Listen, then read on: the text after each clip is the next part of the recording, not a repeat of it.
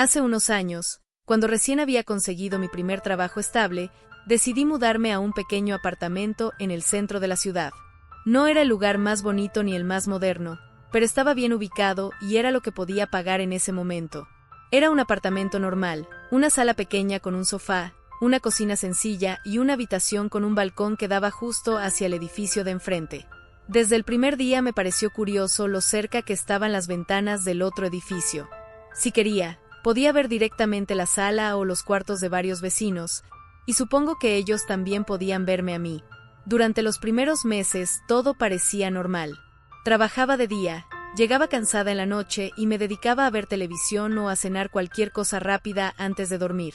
Pero una noche, mientras estaba sentada en el sofá, noté algo raro. Desde el quinto piso del edificio de enfrente, una cortina se abrió apenas unos centímetros, lo suficiente para que pudiera distinguir una silueta parada detrás del vidrio. No le di mucha importancia al principio. Pensé, bueno, seguro es un vecino curioso que también se fijó en mí. Pero lo extraño fue que esa misma escena se repitió la noche siguiente, y la siguiente, y la siguiente.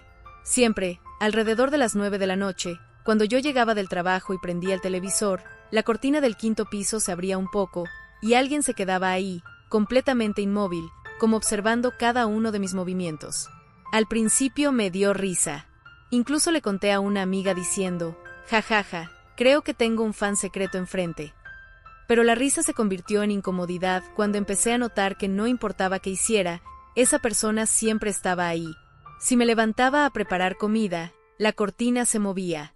Si me paraba a contestar el teléfono, la silueta seguía de pie, mirando. Y lo peor, cuando yo apagaba las luces para ir a dormir, alcanzaba a ver un pequeño resplandor rojo en esa misma ventana, como si hubiera una cámara grabándome. Una noche, después de varias cervezas, decidí enfrentar la situación. Me paré frente a mi ventana, abrí de golpe las cortinas y levanté la mano saludando con ironía, como diciendo, ya te vi, deja de esconderte.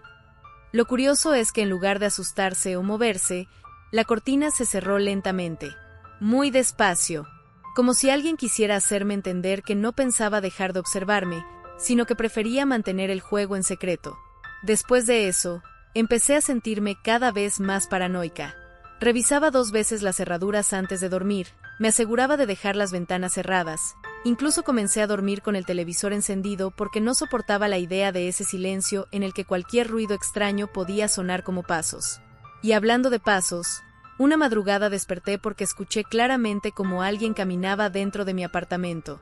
Me quedé quieta, conteniendo la respiración, tratando de escuchar con atención.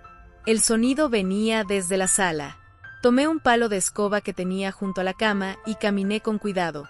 Revisé cada rincón, pero no había nadie. Sin embargo, la puerta de entrada estaba entreabierta. Y eso me dejó helada, porque yo recordaba perfectamente haberla asegurado antes de dormir. Pensé que quizá había sido mi culpa, que olvidé poner el seguro. Traté de convencerme de eso para no volverme loca. Pero las pruebas comenzaron a acumularse. A la mañana siguiente, mis documentos estaban desordenados en el escritorio, como si alguien los hubiera revisado. Y unos días después, encontré una nota pegada en la nevera. Una hoja de papel doblada en 2, escrita a mano con letra extraña, que decía, me gusta la forma en que sonríes cuando hablas por teléfono. Sentí un escalofrío recorriéndome todo el cuerpo. Esa frase confirmaba lo que había temido, no era solo alguien viéndome desde el edificio de enfrente. Era alguien que había estado dentro de mi apartamento. Fui directo a la administración del edificio a pedir explicaciones. Les pregunté si alguien más tenía copia de mis llaves, si los celadores podían entrar mientras yo no estaba, algo. Ellos me aseguraron que no, que únicamente yo tenía acceso. Pero cuando les pregunté por el apartamento del quinto piso, el que estaba frente al mío, se quedaron callados unos segundos. Y luego me dijeron algo que todavía hoy me da escalofríos. Ese apartamento está vacío. Nadie vive ahí desde hace 3 años. No les creí. Les conté que había visto a alguien parado detrás de la ventana muchas veces, pero insistieron en que estaba abandonado. Así que una noche, decidido a terminar con mi paranoia, crucé al edificio de enfrente. El portero me miró raro cuando le pedí que me dejara subir, pero al final accedió a acompañarme. Cuando abrimos la puerta del famoso apartamento 503, me quedé sin palabras. El lugar estaba vacío, lleno de polvo, con las ventanas cerradas y sin muebles. Pero en la sala, justo frente a la ventana que daba directo a mi apartamento, había una cámara montada en un trípode, apuntando directamente hacia donde yo vivía. El portero llamó a la policía de inmediato. Revisaron todo el lugar y encontraron más cámaras escondidas, conectadas por cables que llevaban a una pequeña habitación trasera.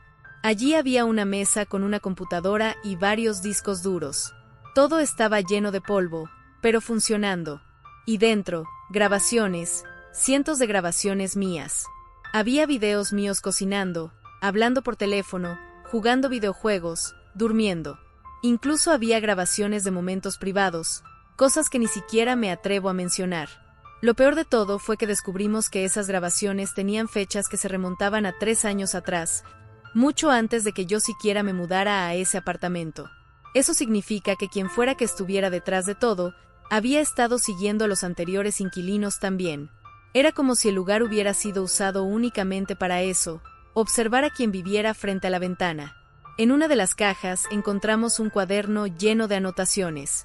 Eran diarios detallados de mi vida, a qué hora me despertaba, qué desayunaba, con quién hablaba, qué ropa usaba. Incluso describía mis gestos más pequeños, como la forma en la que me tocaba la frente cuando estaba estresada. La policía tomó todo como evidencia, pero nunca encontraron a la persona responsable.